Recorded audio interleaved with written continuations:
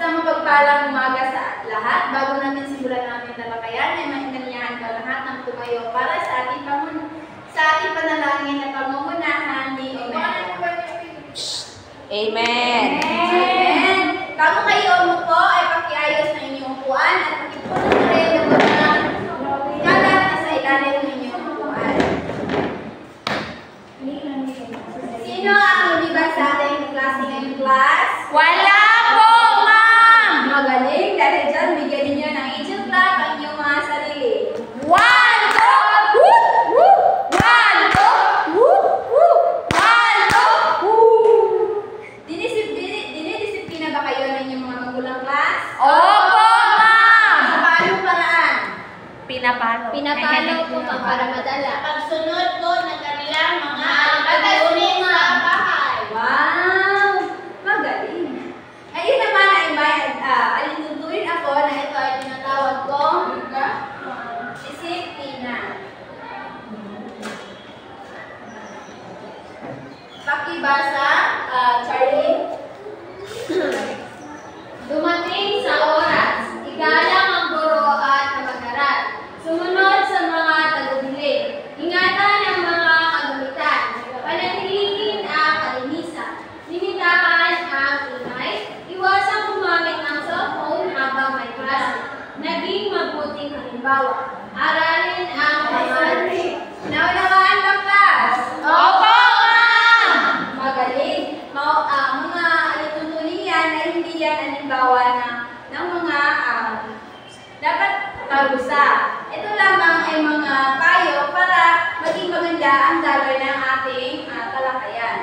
So, sino sa inyo ang nakaalala kung ano ang ating nakaraang tinalakay? Lygelin? Ma'am, ang ating po nakaraang kinalakay ay patungkol po sa maikling kwento. Magaling, bigyan natin siya ng 5 million clap. 1 million, 2 million, 3 million, 4 million, 5 million, congratulations! Magaling. So ngayon naman, ay bakit po talagang naunawaan talaga ninyo ang ating nakaraang tinalakay, ay papangkatin ko muna kayo sa dalawang pangkat. Ito ang unang pangkat at ito naman ang pangalawang pangkat. Ang unang pangkat ay magiging pangkat masigla at ang pangalawang pangkat naman ay magiging pangkat masayahin. So bago tayo dumako sa ating panibagong talakayan, ay meron akong mga pinaghalong numero dito. Na kung saan ay buuin niyo ito. Paunahan kayo sa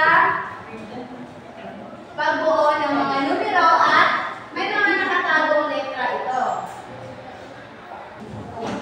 So sa mga numero ito, may nakatago itong letra. Bawat pangkat ay may ibibigay ako sa inyo. Ito ang sa pangkat masigla, ito naman sa pangkat masayahin. Paunahan kayo at bigay lang kayo ng hunyar kung ano ang inyong nabuo. Oy! Oy! Oy! Oy! Oy! Manahimik mo na, pangkat masigla, dahil pangkat masayahin ay hindi pa natapos.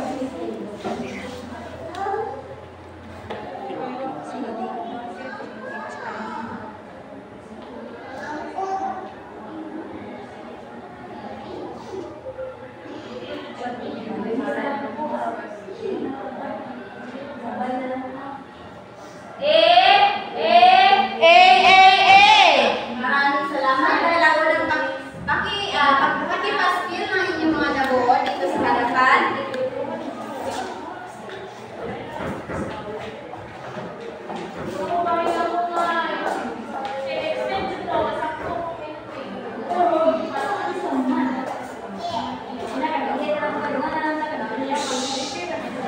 Pangkat masigla, ano ang inyong nabuong letra?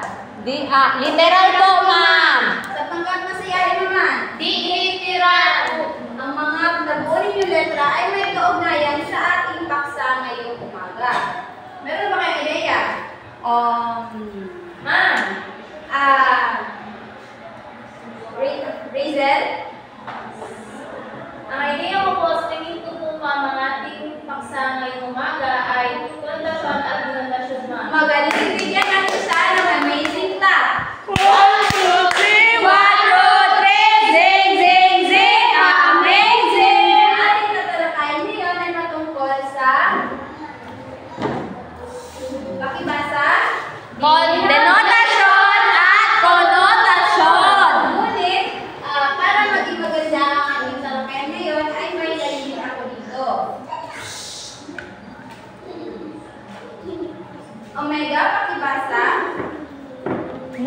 nakikilala ang mga salita na may denotatibo at konotatibong gamit sa pangungusap. Charlie, nagkakaroon ng pagpapahalaga sa paggamit ng tamang salita at Diyos, pakibasa ng pangatlong layunin.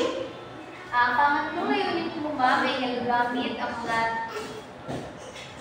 salitang may konotasyon at inotasyon na pagpapakahulugan sa paggawa ng pangungusap. Makakabit na natin ito, class. Opo, ma'am! Makakabit naman natin ito sa pamamagitan ng sa inyong partisipasyon at kooperasyon. So, ano nga ba ang konotasyon at denotasyon? Ang denotasyon, ito ay isang pagpapakahulugan na naglalaman ng kamanahing kahulugan ng salita. Ito rin ay tumutukoy sa literal na kahulugan ng salita o kahulugan mula sa diksyonaryo. So, ang denotasyon naman, ito ay pagpapakahulugan na maaaring may pagkaiba-iba ayon sa saloobin, karanasan at sitwasyon ng isang tao. Ito rin ay tumutukoy sa paghiwatig o hindi tuwirang kahulugan na maaaring pansariling kahulugan ng isang tao o pangkat sa iba kaysa karaniwang pagkahulugan. So, naunawaan ba ang konotasyon ng denotasyon, class? Opo, ma'am! So, meron ako mga halimbawa dito na nais kong tukuyin ninyo kung anong uri ng pagpapakahulugan ito. Ito ba ay konotasyon at denotasyon? So, ito din ay paunahan kayo sa pagsagot ha. Magbigay lamang kayo ng hudya. 1, 2, 3.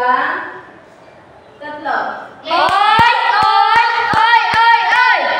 Pangkat na sigla. So, sa pangungusap na ipinasa ni Mark ang bola sa kanyang kakampi, ito po ma'am ay denotasyon kung saan ay bola ay literal po na bola.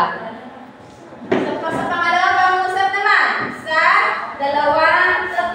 Oy! Oy! Oy! Oy! Oy! Bigyan natin ng pagkakataon na dumangkat ng sayahin. Para sa aso sa kaibigan niya, lagi kang nandiyan at handang tumulong anumang oras. Konotasyon ma'am. Bakit nyo nasabi konotasyon? Kasi inaalimunan po siya sa aso naman. Magaling. Bigyan natin ng amazing clap ang pangkat ng sayahin. 1, 2, 3! 1, 2, 3! Zing! Zing! Zing! Amazing! So, ito naman ang panghuli na halimbawa na aking ibigay. 1, 2, 3. Oy! Oy!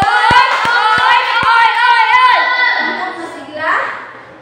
Ito po ma'am ay Ito po ay isang konotasyon po, ma'am.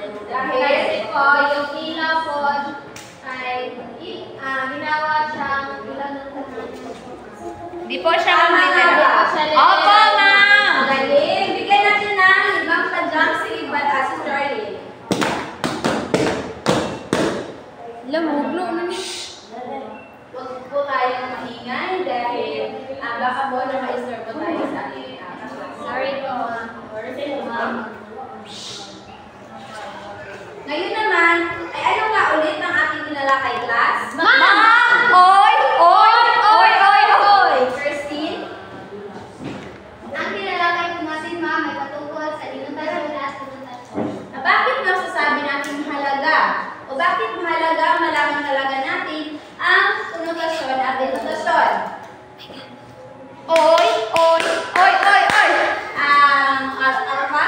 So ma'am, mahalaga po sa atin ma'am na malaman po ang paggamit natin ng konotasyon at denotasyon para po ma'am, halimbawa na lang ma'am po ma'am sa pagsulat po ng tula ma'am, para yung nilalaman po ng ating tula ma'am ay may karikitan po ma'am. So mas napapaganda pa po ma'am kung ano po yung nakapaloob po sa ating ginawang tula. So, bigyan natin ng what a nice omega. 1, 2, 3! 1, 2, 3! What a nice! So, ngayon naman ay meron ako aktibidad dito na ginawa. Ito ay tinawag kong laro sulat. Sa gawain ito ay may larawan ako na ibibigay sa inyo na kung saan ay bawat pangkat ay magkaroon ng ibang kahulugan. Sa pangkat masigla ay magkaroon sa pangkat masigla masigla ay meron silang denotatibong kahulugan at ang sa pangkat na tambay naman ay meron silang konotatibong pagkakahulugan at kahulugan. Pagkatapos sa mga larawang ito ay bumuo kayo sa mga larawang ito ay sabihin ninyo kung ano ang mga kahulugan.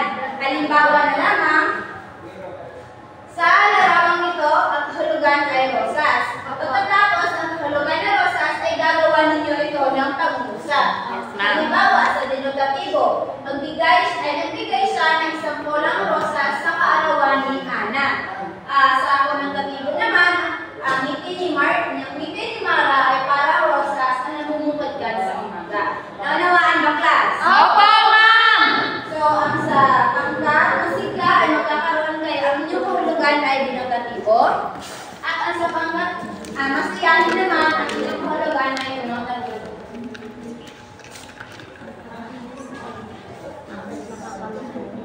Ay, nanok.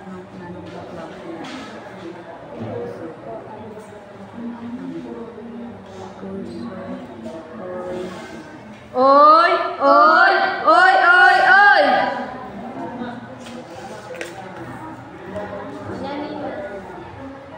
Hintayin po muna natin ang pangkat masayahin.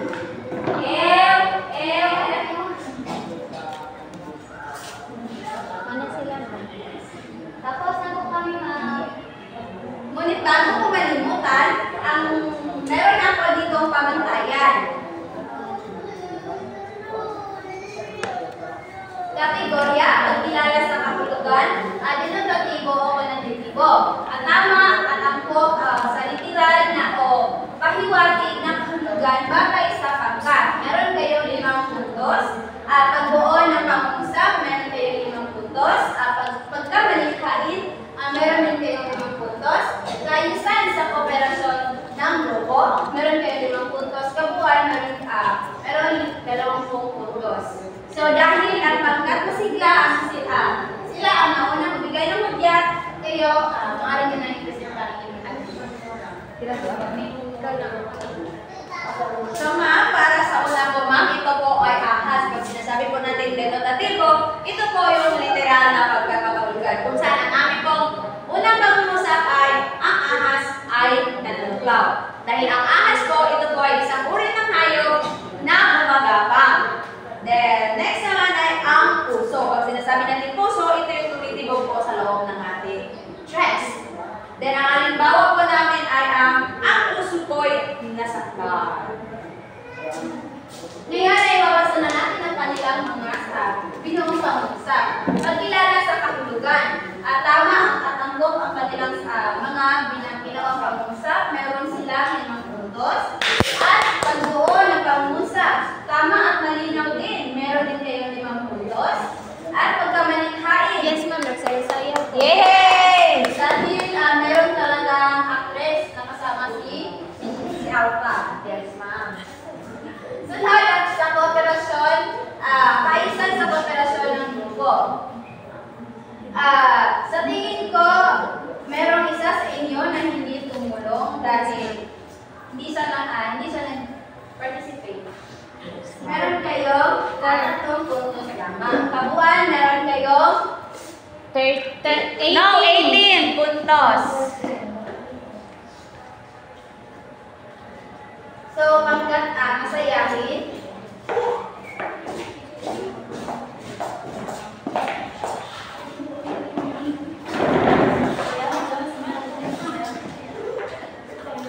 Magandang araw po sa ating lahat. Sa amin naman po ay, ang naka-atas po sa amin ay ang konotasyon. Pag sinabi po natin konotasyon, ito po ay di literal na pagpapakahulugan ng isang salita.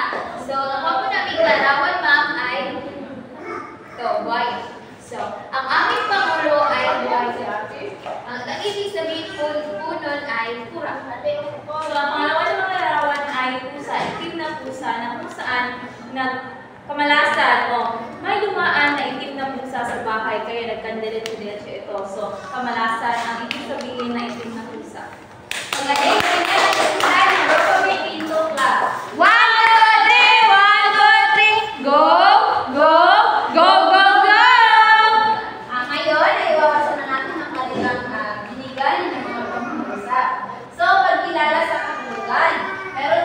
nila, yun ang mga kanilang binigay na kabugan. Meron silang 5 Puntos. Yay! So, pag-uon ng pangusap, tama ba ang kanilang sinabi? Oo, ma'am. Meron din sila 5 puntos. So, pagkamalikhain, Meron, ma'am. Meron. meron sila 5 puntos. At kooperasyon sa pagrupo, meron ba? Tumulong ba ang meron ba? Wala, ma'am. Meron kayo 5 puntos at kabuuan, meron kayo 20 points. Yay! para masukat ko talaga na naintindihan ninyo ang aking tinalakay ngayong umaga, ay meron akong ibibigay sa inyo. At sasagutan ninyo ito, pakibilog lamang ang tamang sagot. Tapos na po, ma'am. Sino ang nakakuha ng 5 puntos? Ay, 10 puntos? Ma'am, kami, ma'am. Ako din, ma'am. Talaga ba? Opo, ma'am. Bago ako lilisan sa inyong bago ako alis sa inyong harapan, may ikakabilin. May iwan na pagtamaralin na kung saan ay ipapasa ninyo sa ating susunod na pagkikita. Pakibasa? Maganda